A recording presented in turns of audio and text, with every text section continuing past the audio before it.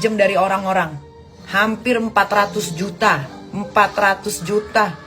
Dia menjual kesedihannya, minjem sana sini, dia kabur, dia nipu. Saya loh diem-diem ngebantuin. Ini ibu yang kalian bilang ibu durhaka nih. Itu anak makan uang orang hampir 400 juta tidak dikembalikan untuk membiayai tukang semir. Dan semua saya dapat transferannya dia ke tukang semir itu berpuluh-puluh juta. Saya yang nalangin. Saya yang bayarin diam-diam. Karena saya nggak mau itu anak digebugin di jalan. Kalau tapi udah kayak begini, saya pasrah sudah. Mau digebugin kayak itu anak di jalan, mau ditabrak kayak, mau dilindas kayak, silakan. Silakan.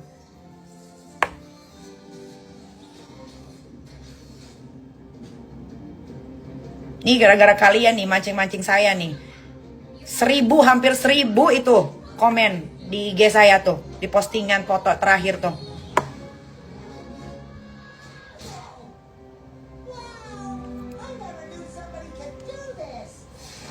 Apa menurut kalian saya harus umbar-umbar di sosial media? Semua rasa sakit yang saya rasa sendiri harus saya umbar-umbar gitu.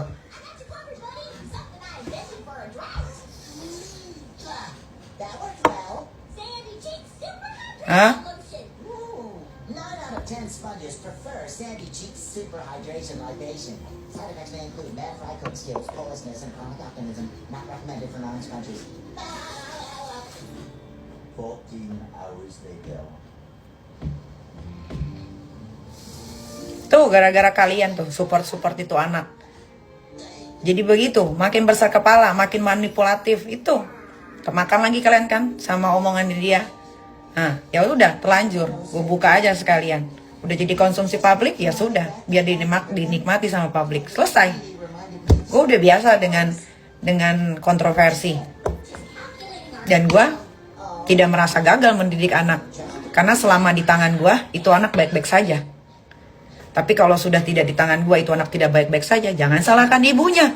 Karena sudah bukan tanggung jawab ibunya. Tapi ketika anak itu masih mau nurut, mau mendengarkan apa kata ibunya yang sudah membesarkan dia, saya akan rawat, saya akan lindungi. Buktinya, saya pernah penjarain seorang lawyer yang nama Indra Tarigan, gara-gara ngebully itu anak. Saya penjarain 1 tahun 2 bulan di penjara. Kalian cek di Google, di YouTube pun ada. Jadi jangan bilang kalian saya ini ibu durhaka, ibu gak bertanggung jawab, buah gak jatuh dari pohonnya, anak cerminan orang tua. Nih, saya mudanya tidak begitu. Muda saya sesuai jalurnya, sesuai usia saya. Saya sekolah, saya belajar, saya main sesuai dengan usia saya. Gak ada kayak dia, tidak ada. Tidak ada dan saya berani jamin.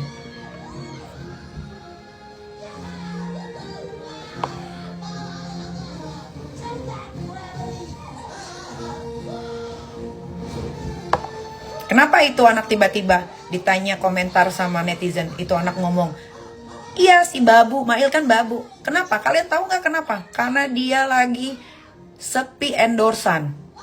Ya, dia memutar otak bagaimana cara supaya di viral lagi.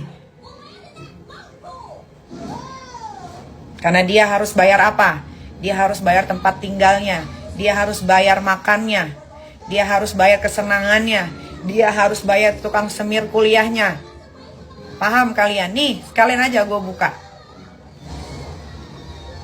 Biar kalian jangan ngeyel.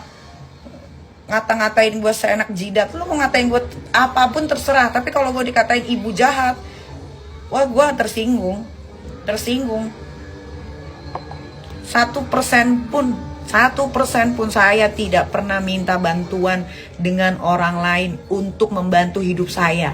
1 sen pun saya tidak pernah minta uang ke mantan-mantan suami saya untuk menolong hidup saya dan anak-anak saya. Paham? Jadi kalau anda ini yang nonton, yang ngatain saya kayak begitu, oh saya sakit hati. Saya berhak membela diri saya. Nah, sekarang kalau sudah saya kasih faktanya, makin gede nggak beritanya?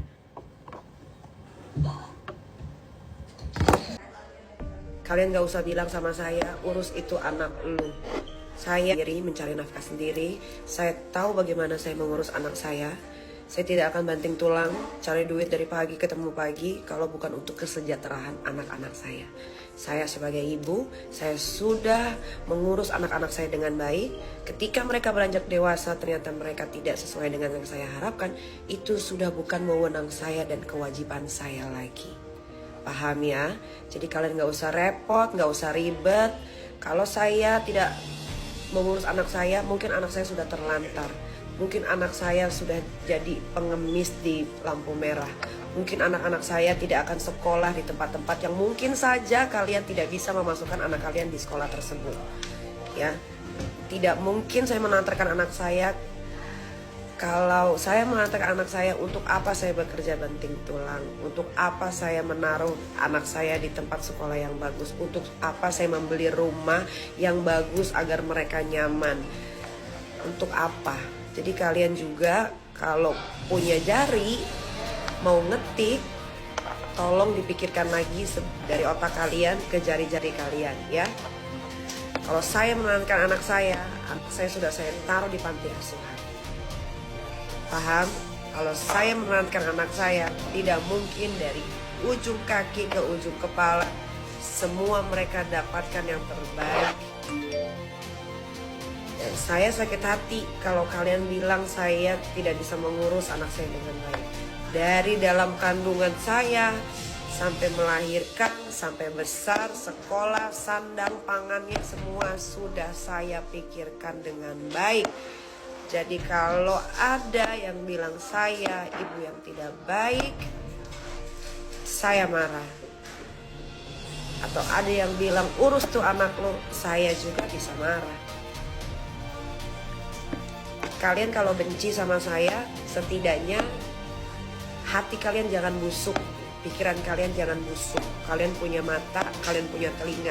Bagaimana saya mengurus anak-anak saya dengan baik dan benar, ya.